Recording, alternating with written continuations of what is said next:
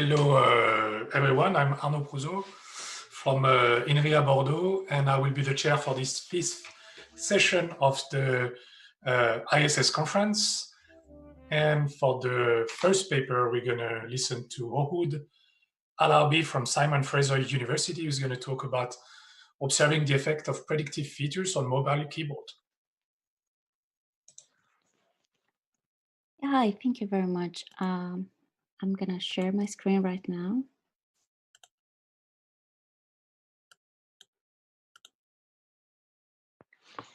Cool. Yeah, today I'm gonna talk about the effect of a predictive feature of mobile keyboard in text entry. Supported by the growth of text entry in social media, texting is considered to be a very important way of communication. Should I start my? Okay. Thus, should I start my video or close it? Okay, cool. Thus, text entry methods should support user in transcribing their idea in the fast and accurate manner. Recent studies identify the need for more detailed analysis to better understand the effectiveness of predictive feature for different users. And for the time potential and the cost of errors, we further want to investigate these phenomena.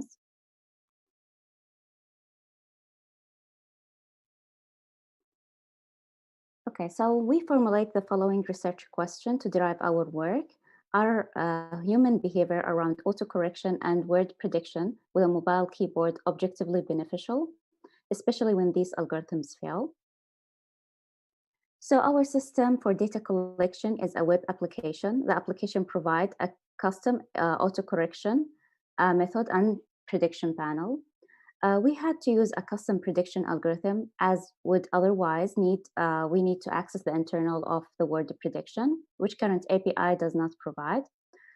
However, we verified that our prediction algorithm matches commercial system reasonably well in terms of prediction performance, layout, and position.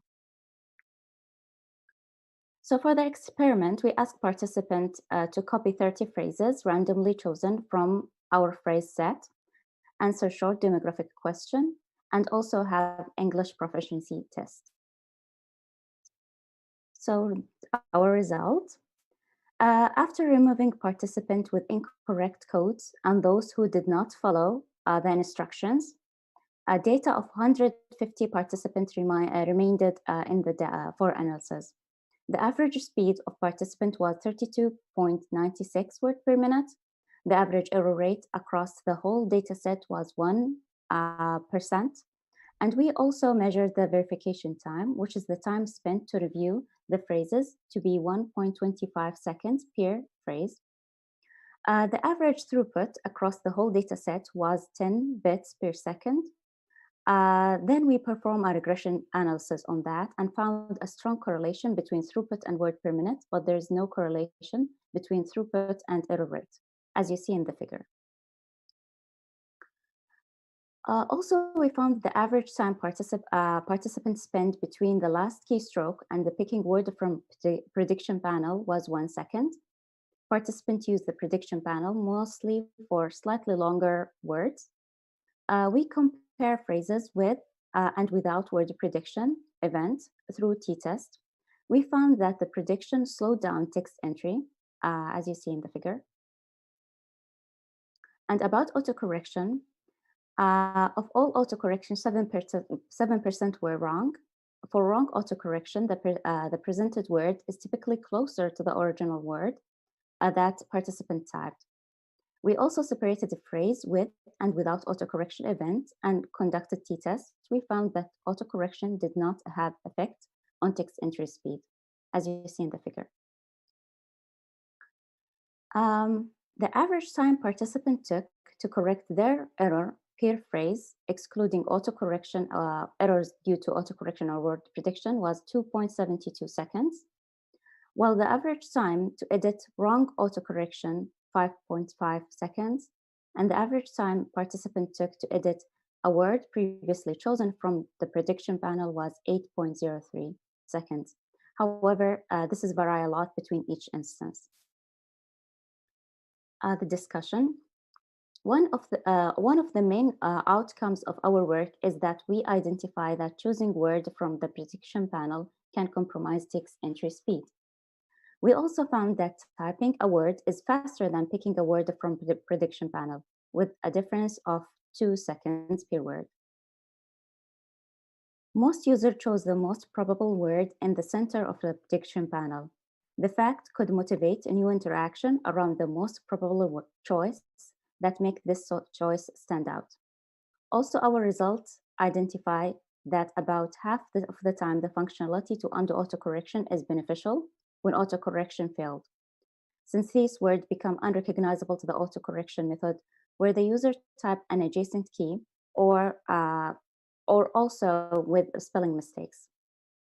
We found a strong correlation between the new throughput metrics and word per minute, but there is no correlation between a throughput and error rate. This metric failed to account for varying error rates. That makes us believe that the throughput metric calculation based on approximation is not yet method independent. The limitation of our work, we have two limitations. The first one is our work did not use the latest mobile device, the algorithms in latest mobile devices. However, our international participants were on average using an older version of Android, which do not support the features that are reported in the most recent text entry work. Another potential limitation of our work is that our data collection system is web-based, which might have delayed some system response slightly. Yet, according to our observation, this did not introduce any noticeable effect. Thank you for listening. If you have any question, please feel free to reach us. Our emails listed here. Also, I will be checking Discord for any questions. Thank you. Thanks a lot, Hohut, for this great presentation. If you have any question, anyone, you can ask them on the Discord channel. There's a channel for each paper. You can ask the question there. And so right now, we're going to listen to the next presentation, which is from Kunihiro Kato from Tokyo University of Technology about CAPath, a 3D printed interfaces with conductive points in grid layout to extend capacitive touch inputs. Okay, I'm sharing the slide.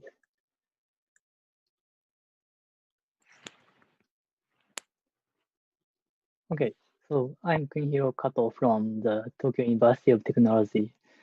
I'd like to talk about CAPath, the 3D printed interface to extend the capacitive touch inputs.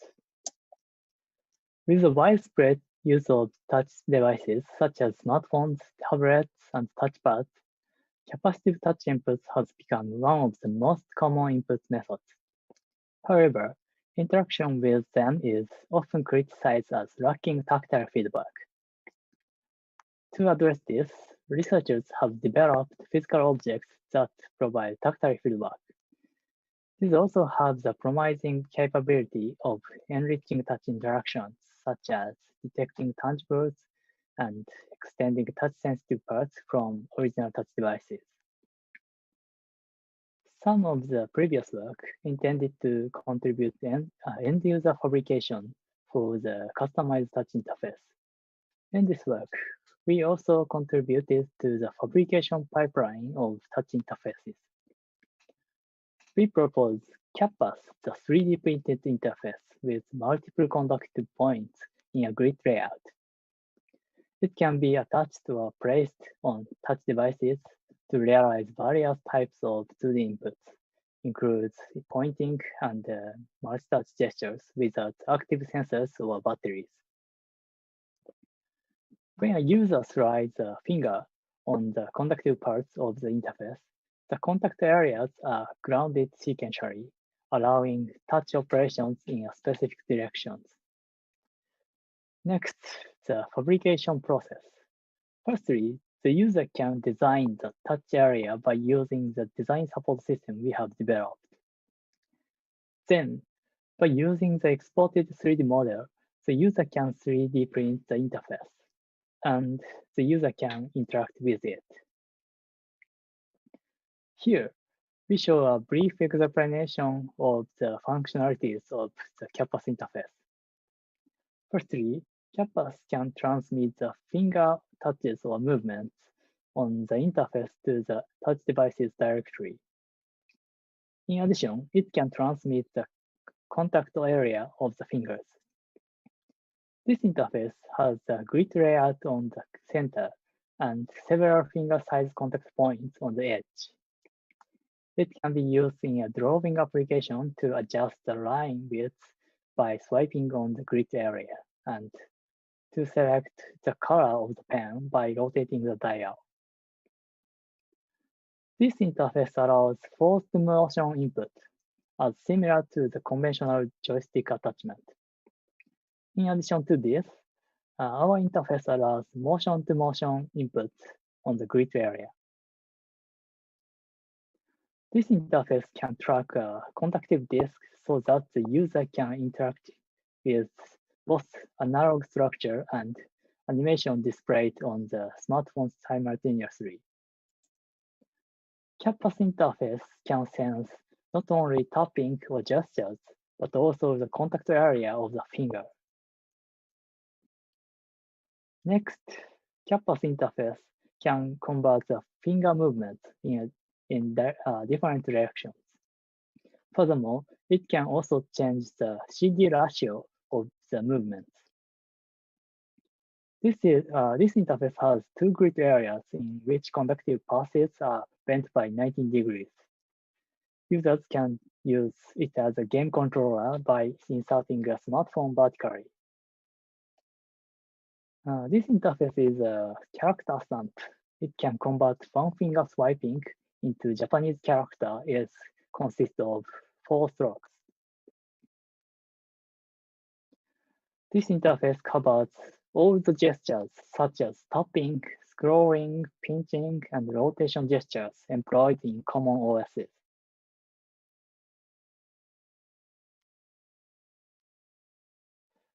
This is an example of converting the scale of the touch movement. It allows changing the CD ratio between the finger movements and actual touch input.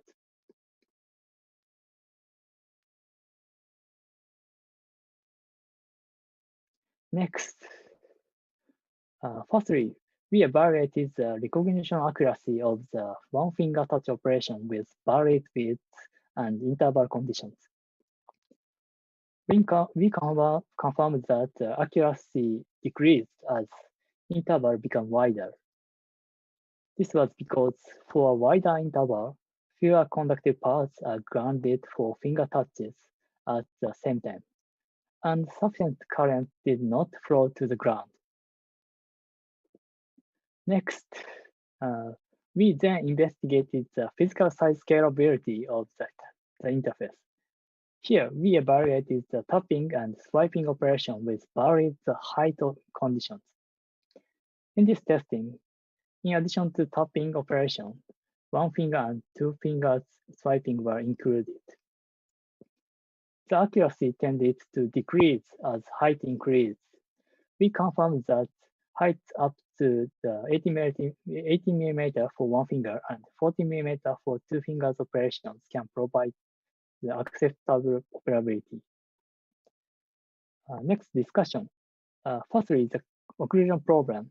We can consider that this problem can be reduced by using the structure for changing the CD ratio. In addition, we can implement a see-through interface by using the PolyJet 3D printer. Next, although this work focused on the binary touch inputs, in addition to our proposed functionalities, by using the capacitive raw data, the CAPath interface has capable of enriching tangible interactions. For example, Omic Touch presented the applications that detects the height of the 3D printed object with CAPath structure. Thank you for listening. The 3D models and CG codes to fabricate our interface are available on my webpage.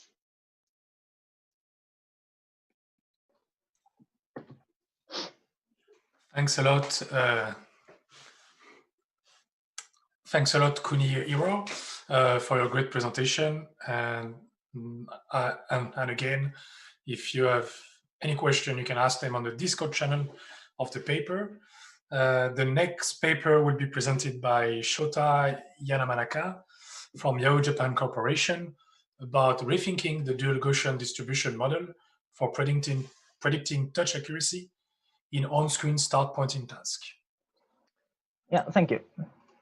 I'm Shota Yamanaka from Yahoo Japan Research. In this study, we tested the applicability of dual Gaussian distribution model in on-screen start pointing tasks. This work is a kind of replication study of this model. The original model was proposed by B and Tsai in West 4 years ago. That is, predicting the success rates of tapping a target based on a target size W. Because the endpoint variability follows a Gaussian distribution, the probability of a touch point falling inside the target can be computed based on these equations. In their study, as shown in the video on the left side, the participants move the finger from a position outside the screen every trial. This condition is called off-screen start task. In this condition, the target distance is not well defined. So our question is, can we predict the success rates even for on-screen start conditions? So we have both evidence and counter evidence. Some papers claim that the sigma is affected by the target distance, but other papers claim that the sigma is not affected by the target distance. Therefore, we conducted on-screen start touch pointing tasks in 4 experiments. On day 1, we conducted 1D pointing tasks. In experiment 1, a new target appears at a random position, and in experiment 2, the start button and the target are displayed with given distance A. And on day 2, we conducted similar pointing tasks with 2D circular targets. On both days, 12 participants joined. Okay, this is the result of experiment 1, where the target was 1D bar and appeared at a random position. The left figure shows that the endpoint distribution sigma can be accurately computed by the target size W, with R squared is greater than 0.9. By using this sigma, we can predict the success rates for each target size, as shown in the right figure. The mean absolute error for the differences between the observed and predicted success rates was only 1.7%. And the worst prediction error was 5 points when the target size was 2 millimeters. So these results are comparable to B and Tsai's off-screen start experiments. Next, in experiment 2, we used 1D targets where the target distance was given. The left figure shows that the sigma was affected by the target distance slightly, and the R squared dropped to 0.8. The right figure shows that the mean absolute error was 3.3%, and the worst prediction error was 10 points. So the target distance affected the sigma and the prediction accuracy of success rates. Therefore, if we take the target distance into account when predicting the success rates, the prediction accuracy may be improved. We discuss this point later. Then in experiment 3, we used circular targets that appeared at a random position. The results were similar to those in experiment 1. The sigma can be accurately computed by the target size W, and the mean absolute error was 3.1%. And finally, in experiment 4, the effect of target distance was a bit clearly observed. The R squared values dropped to 0.7, and the mean absolute error increased to 3.7%. So this result also supports that taking the target distance into account is promising for improving the prediction accuracy. Next, we analyze how the target distance A affects the prediction accuracy. We integrate the target distance and the target size to regress the sigma. According to Beggs and colleagues, the square of A and the square of sigma is linearly related. Therefore, we obtain the equation surrounded by the blue rectangle. But for the results of experiment 2, this model doesn't significantly improve the fitness according to AIC and BIC criteria. For example, when the AIC difference is greater than 10, it is significant. But the difference is very small in our result. Also, the effect of A on the prediction accuracy of success rates is so limited. And this conclusion is also true for experiment 4. Therefore, we found no clear benefit to integrating the target distance A. And finally, we also analyzed the touchpoint distributions and Fitts-row fitness. We found that the normality tests were not passed in some cases. For example, the red arrow annotates that the participants tapped the target center less frequently than other positions.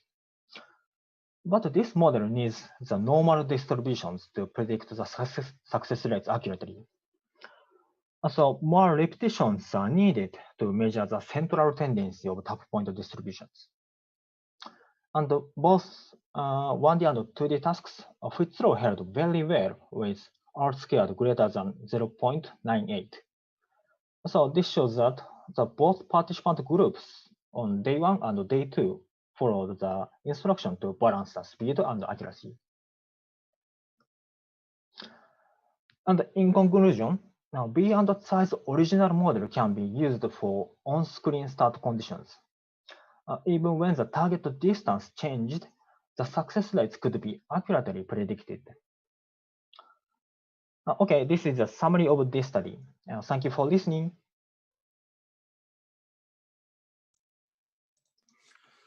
Thanks a lot, Shota, for this awesome presentation. And again, I will say it after each paper, but you can ask questions on the Discord channel, and we will answer them at the end of the presentation. Our next paper is going to be presented by Arpit Bhatia from the Weave Lab in Delhi, and it will be about exploring the design space of batch-based inputs.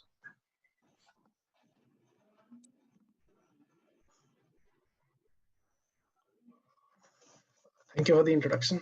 Hello everyone, I am Arpit, and today I'm going to present our paper, Exploring the Design Space of Batch-Based Input. This is a work by me and my co-authors, Yajur Ahuja and Suyesh Agarwal, under the guidance of Professor Aman Parnami at Weave Lab IIIT Delhi. Clothing has a fundamental role in human culture. Despite this, wearables are traditionally worn on locations on the body. In this paper, we leverage clothing as a layer on the body to explore the idea of input with wearables that can be attached and detached at will from any of our regular clothes.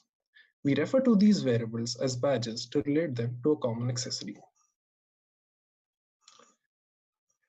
Smart clothing such as Pinstripe and Project Jacquard is one way through which researchers have tried to combine technology and clothing. However, embedding electronics into clothing faces certain issues such as the need to own multiple articles of clothing for everyday use, precautions to ensure washability, resistance issues, etc. In this work, we explore an alternate way to combine technology and clothing, which aims to take care of these drawbacks.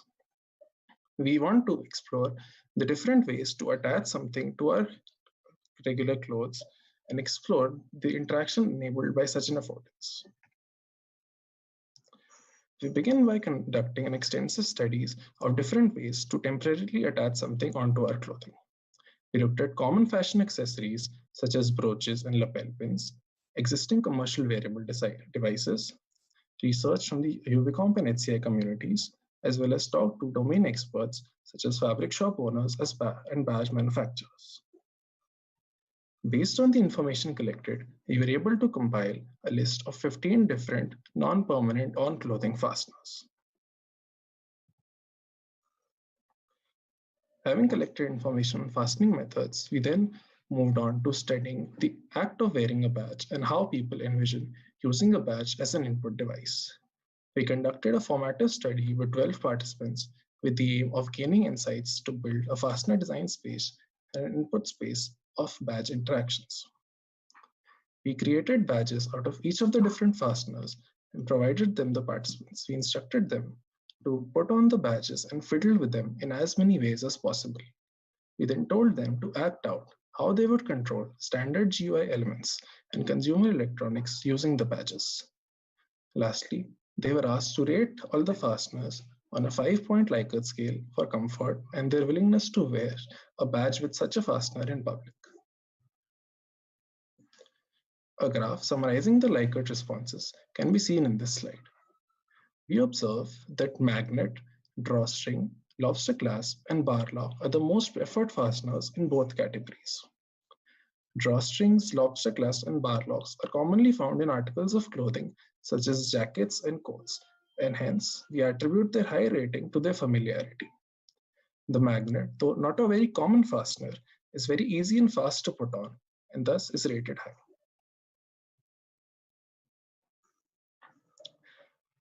Based on the observations of how the participants put on, positioned, manipulated the badges, as well as the physical properties of the different fasteners, we created a design space of non-permanent attachment methods with the following dimensions.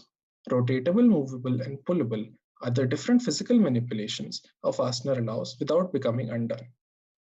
Has a temporary effect refers to certain fasteners leaving wrinkles and stains on the clothing which need ironing and washing respectively to get rid of.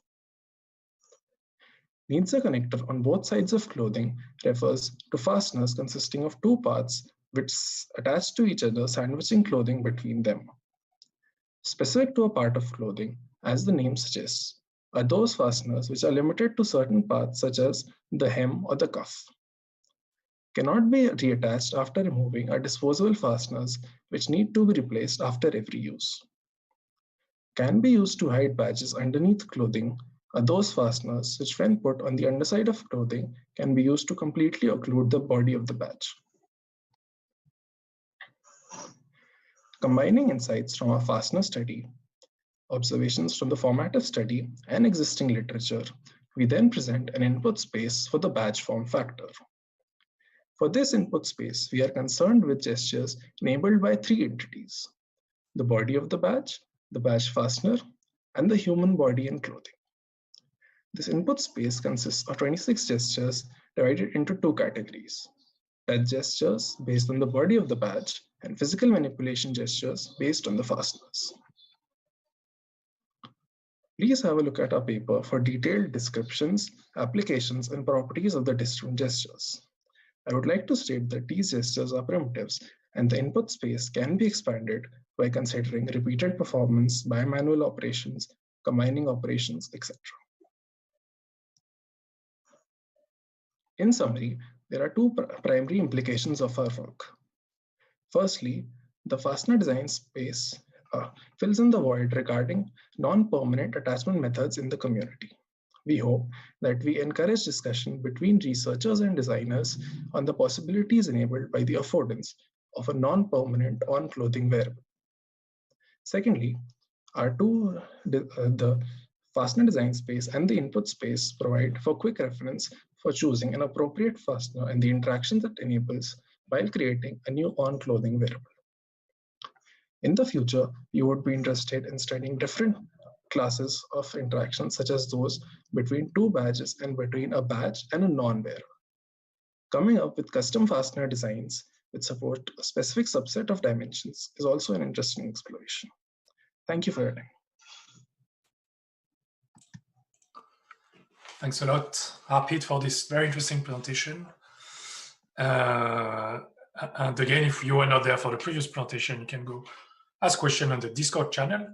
Our next presentation is from Chao Dian from the Shanghai Jiao Tong University about the domain-independent complex and fine-grained gesture recognition with RFID. Thank you. Let me show my slide.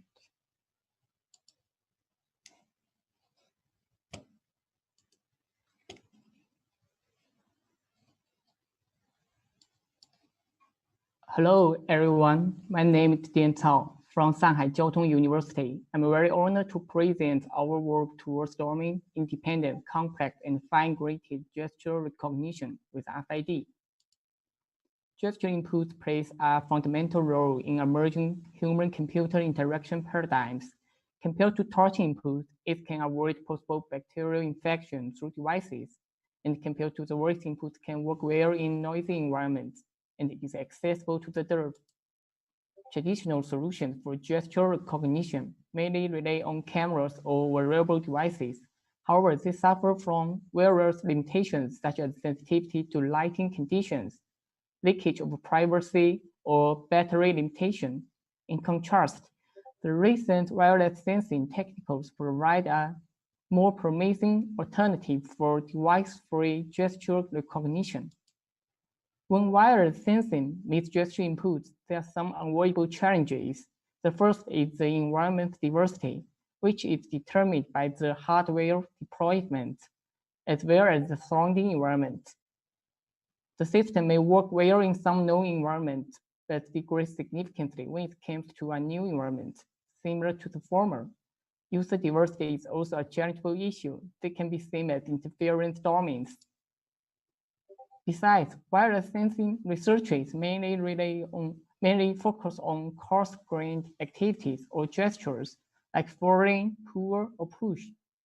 It is challengeable when it comes to complex and fine-grained gestures. For example, American Sign Language, which is determined by hand shape, location, orientation, and movement. So we present FreeGR, a device-free system that enables domain-independent, complex, and fine-grained gesture recognition. We place a tag array and an antenna face-to-face, and the user performs gestures between the tag array and the antenna. It can capture the signal variations and map them to the performed gestures. In particular, FreeGR consists of 3 major modules. In data collector module, we design a tag array to capture signal variations. In signal preprocessing module, in addition to unwrapping and resampling, we adapt differential signals to remove static interference.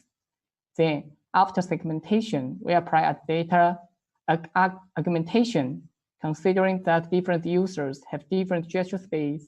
So we expand or contract signals around the time axis to enhance data diversity.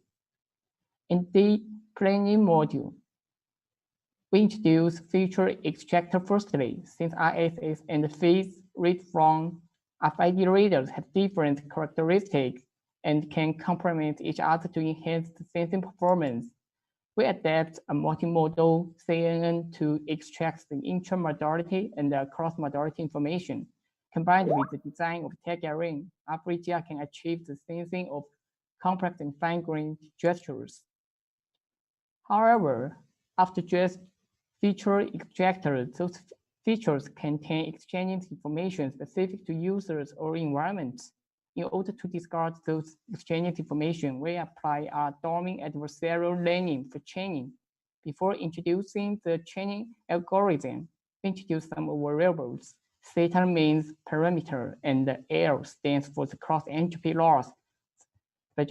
Specifically, LG means loss of gestures, while LU and LE stand for loss of users and the environment, respectively. On the one hand, we take all the losses into consideration when chaining the feature extractor and the gesture labeler, where the total loss LT is calculated at equation 1. In the chain process, parameters of feature extractor and the gesture labeler are updated to enhance gesture discriminative features and suppress the user-specific and the environment-specific factors. On the other hand, we need to change the two dorming discriminators at the same time to keep their capacity of dorming recognition. In conclusion, the three optimizers are employed to update all parameters of our model iteratively. The hardware we used are shown in the picture, and they are all commercial of the shared devices. For evaluation, we use the American Sign Language rules as the data sets. Specifically, we collected 6,080 samples from 15 users in 5 different locations and 5 different setups. These pictures are floor plans of experimental rooms. To evaluate the performance, we have conducted Leave One User Out test and New Environment test. In Leave One User Out test, the average accuracy is 89.03%. As for new environment test, different setups or different positions are considered as different environments. The average of new setup test and the new position test is 19.21% and 88.38%. Besides, to demonstrate the effectiveness of the classification, a series of comparative experiments are constructed. As a result, FreeGR gets the best performance in all the 3 tests. As a conclusion, we propose FreeGR, a device-free RFID-based system that enables domain-independent, complex, and fine-grained gesture recognition. For complex and fine-grained gesture sensing, we adapt tech array and a multimodal CNN to enhance sensing ability. And with the novel signal pre-processing and adversarial learning, FreeGR suppresses the effects of user-specific and environment-specific factors. That's all my talks. Thanks for listening. Thanks a lot, TN, for this great presentation. And for the last time, if you have any question, go on the Discord channel. The next and the last presentation of this session is actually a CHI 2020 invited talk from Jan-Semil Grandbeck. And he's going to talk about the Kirigami table, which is about proxemics transition with a shape-changing tabletops.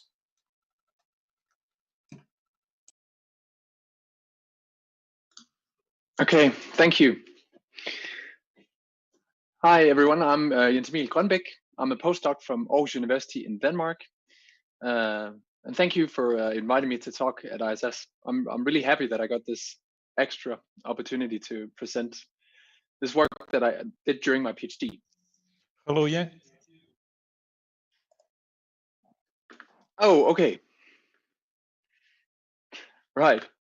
Okay, so just a second.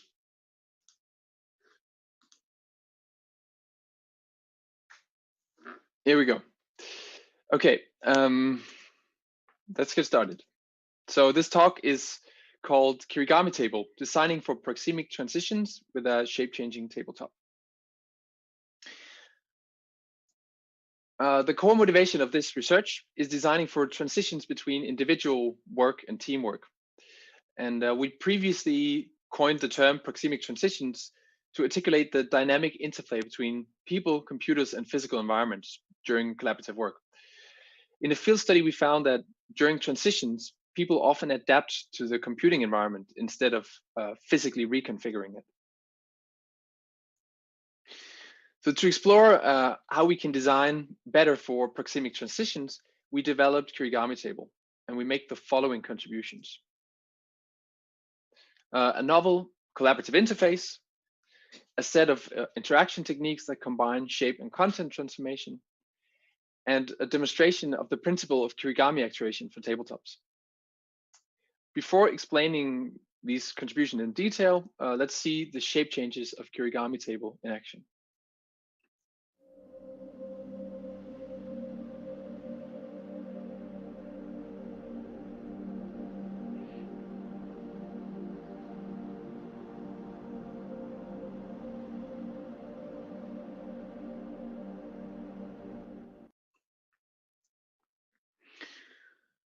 So our first contribution is the design of the interface for Kirigami Table. And as you saw in the video, the table supports 3 configurations: flat fold, 4-fold, and 2-fold. And the user interface is designed to exploit the qualities of these configurations for transitions in collaborative work. The display is prototyped via dynamic projection mapping, adapting the graphics based on the current state of the actuators. And all the interactions you will see are simulated via Wizard of Oz. So we see a great potential for Kirigami Table in supporting the social dynamics, in particular for creative collaborative work. So to inform the interaction design, we developed an application scenario, specifically for a creativity method called inspiration card workshops. The workshop format has a well-defined structure that takes participants through transitions between different physical configurations, working in sub-teams, individually and as a whole team. And here's a video of the scenario with Kirigami Table.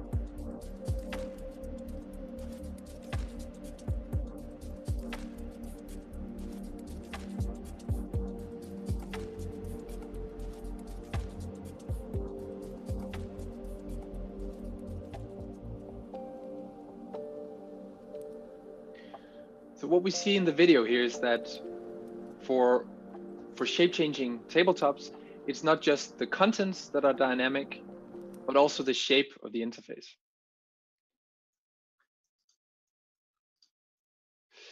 So this requires that we completely rethink the interaction design for such devices. And I'll now explain just some of our interaction techniques.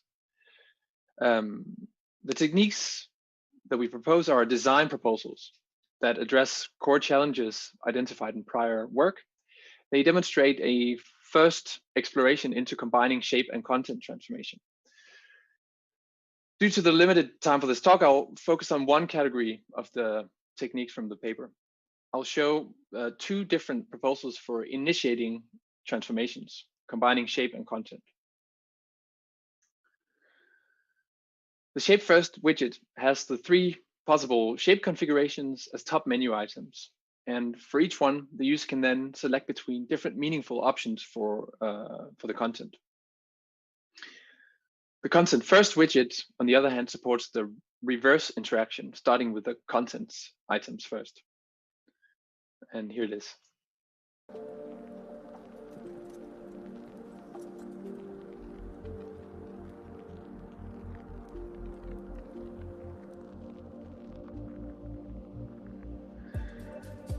So a key difference is that the Shape First widget is permanently visible, whereas the Content First widget appears in context after a user has selected a group of items. And finally, I'll talk about the principle of Kirigami actuation.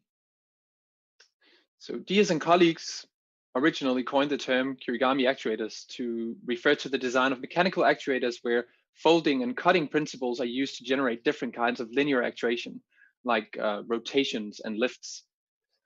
Building on this work, Kirigami Table is a first experiment in scaling up that principle from paper sheet scale to furniture scale. And in the paper, we discuss the prototype experiments that you can see on the right here, where we investigated different sizes, dimensions, and materials. And I refer to the paper for more details on that. The undercarriage for the table construction consists of 4 linear actuators. On the bottom, most importantly, you can see the two horizontal actuators that deform the Kirigami surface. They expand in opposite direction, enabling a centralized Kirigami surface deformation. And so this construction is actually relatively simple if you compare to related systems designed to enable complex deformation patterns. Several prior systems are based on large arrays of actuated pins, but in our approach, it's the Kirigami patterns that do the heavy lifting, enabling simple linear actuation to create complex deformations.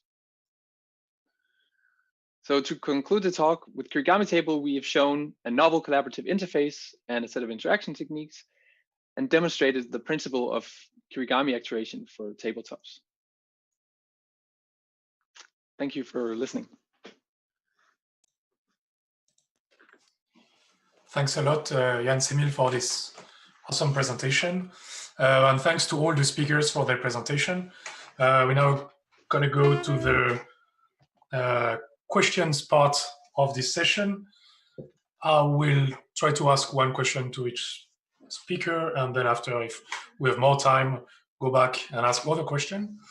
So the first question is for Ohud, and it's from Joaquim Jorge, who asks, so your conclusion is that we should allow for wrong prediction and allow people to use autocorrection.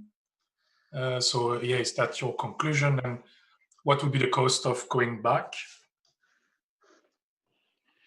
Yeah, so our conclusion is using the prediction panel decreases speed, even though if it's user make less mistakes, like picking wrong words, but the overall that decreases speed significantly. However, with autocorrection, even if if there's a mistake, like a user types something and the system mispredict that, that will not affect speed. We investigate this a little bit, and we think it's due to the cognitive overload from switching from the keyboard to the prediction panel. Okay, thank you. Thanks a lot for this answer. Next question will be for Kunihiro Kato for the second papers. And the question is from Hauna Oshima. Who is asking why the accuracy of the two-finger touch operation is less than one-finger touch. Do you have any idea? We think this is because the limited touch input area of CAPath interface. In general, touch input through our interface is less sensitive than detect touching without our interface. And multi-touches with small distance are detected as single touch. All right, thank you.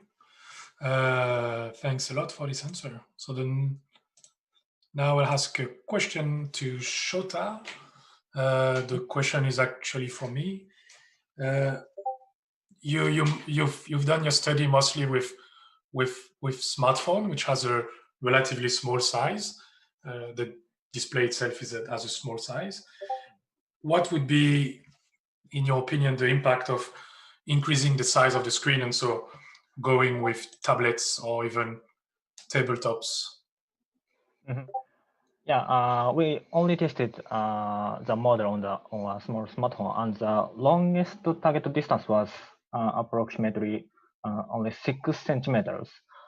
So while I think that the model is robust against a much longer target distance, like 10 centimeters, and related studies have tested target distance like 20 centimeters or 30 centimeters, but the tap point distributions was not significantly affected by the target distance. So I think that the model is robust against such much longer target distances. So our model can be used for tablets or much larger touch screens. All right, awesome. Thank you for that. Thank you for this answer. The next question will be for Arpit. First, people on the Discord was saying that we should use the interactive badge for ISS 2021. So it's definitely. Jean van der Donk was asking, are they actually publicly available, these interactive badges? We've not posted them right now, but we plan to make a page for the project on our lab website, and we'll add it soon. Right, so it was a very small question, so I just ask another one directly after.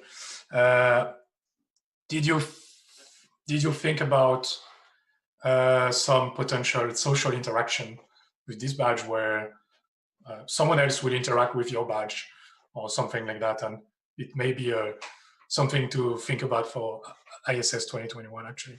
Yes, so as I mentioned in the future, we are interested in exploring interactions with a non-wearer and a badge, but it requires a slightly differently structured exploration because a lot of social acceptability issues pop in, because some of these fasteners require you to put your hand inside your shirt for attaching them, so removing them, and also you need to study the social acceptability part. So this work is only focused on one wearer right now. Okay, thank you. The next question will be for Diane, and it's asked for Joachim Jorge, who was wondering if it could be used for collaboration via using shared gesture by people in the same room. Oh, okay. I think it is a good idea. Maybe we can turn the gestures we recognize into sound or text for distant meeting. And as for people in the same room, we can consider use multi-devices for different people. And then as the similar as the former, turn the gesture recognized into sound or text, or as a graphic former. And we also can expand our system with more antenna and more tag arrays, so we can arrange it for different people in the same room. Okay. All right, thank you for that. Yeah, it makes sense. And then a question for Jan Semil, again from Joaquin Jorge. Are you using projector with the origami table? That would be the first question. And then, did you think about using tablets or foldable screens? Yes, yeah, good questions from Joaquin. I already responded. Yeah, we were using projectors for doing dynamic projection mapping, and we were streaming the state of the actuators to the computer, generating the graphics so that we could adapt our virtual model in accordance with the physical state of the surface deformation. So we're actually modeling the whole deformation virtually inside of Unity, actually, to create the proper projection mapping, and it was surprisingly accurate without having any sort of marker-based tracking on the outside. The other question, yeah, regarding using tablets and foldable screens. So we were actually thinking about sort of a more low-key version of it, where you just have the surface without any sort of actual screen on all the surfaces, but it's just a table. And then you could, this table could be you know, a dynamic table that supports more new ways of using, you know, tablets on a surface together. So by changing these shapes, it will also affect how you can use a set of tablets together for cross-device interaction, for instance. Like if the table is flat down, the devices can interconnect, whereas if you flip it up, they turn into their individual devices. So you could think about the same kinds of mechanisms for a tablet setup as well. Yeah, no, sure. Well, thanks for this answer. We have time for another round of questions, so we just continue. Next question is for Ohud. Someone on Discord, I don't have the name on the file, but someone on Discord was wondering if you could actually have a dedicated gesture to correct for a wrong prediction. And so do you reckon it's going to make it faster? Yeah, in this published study, we only used like a regular keyboard, but in a previous study, I used like a smart swipe, which is swipe right and left to complete the set, to go fast to the mistake corrected. And that overcome the overhead of like the cognitive overhead. So yeah, using swipes overcome that. Okay, thanks. Next question for Kunihiro. How about printing actuators for haptic feedback? So do you, I think there is one example in the presentation, actually. You start using some kind of haptic feedback with this Okay. system, right? Okay. It could be technically possible, but for now, our interface is aiming at the tactile feedback by its specific shape. All right. Yeah. No, thanks. And next question for Shota. So if I remember correctly your paper, and correct me if I'm wrong, but most of the study were done with users seated on a chair doing the study. Do you, considering we mostly use we use smartphone a lot in other contexts, like when we're standing, when we're walking, do you reckon the accuracy of your model would be impacted by being in this different type of context? Yeah, in some other research field like ergonomics or something like that, the touch pointing accuracy is significantly affected by the posture and standing or walking situations, and in a car or a train. So, and also the movement time is also affected by such situations. So our model's validity has been already tested on a very specific condition, sitting on a chair and in a very silent room. So I think that the validity of the model will be significantly impacted by the situation and walking speed also, I think. All right, thank you for that. Yeah. Next question for Arpit. So you most of the design in your design space, most of the possibility you talk about, the badge you talk about, how really closely fixed to your clothes. Do you think it would be interesting to investigate a bit more loosely fixed badges, like lanyard that we actually used to have a lot in conferences, and things that you could actually take off and take on very quickly? Do you think it would be interesting? So I think we already cover a lot of things that can be taken off very quickly.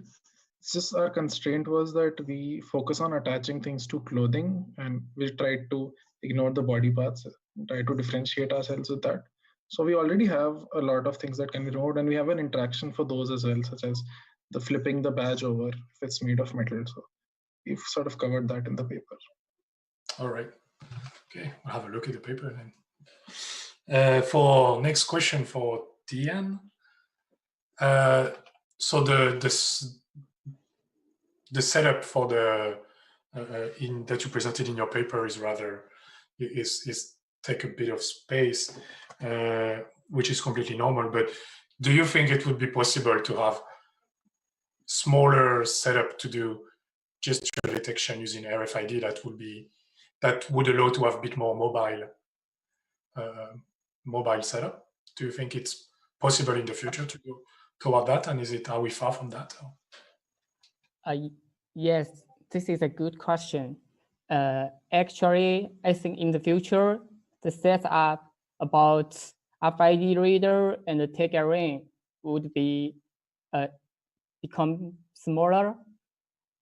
In fact, nowadays there are some RFID readers embedded in smartphones, but the ability of the smaller setup is limited at present. So that in the future, it is a trend, smaller and smaller.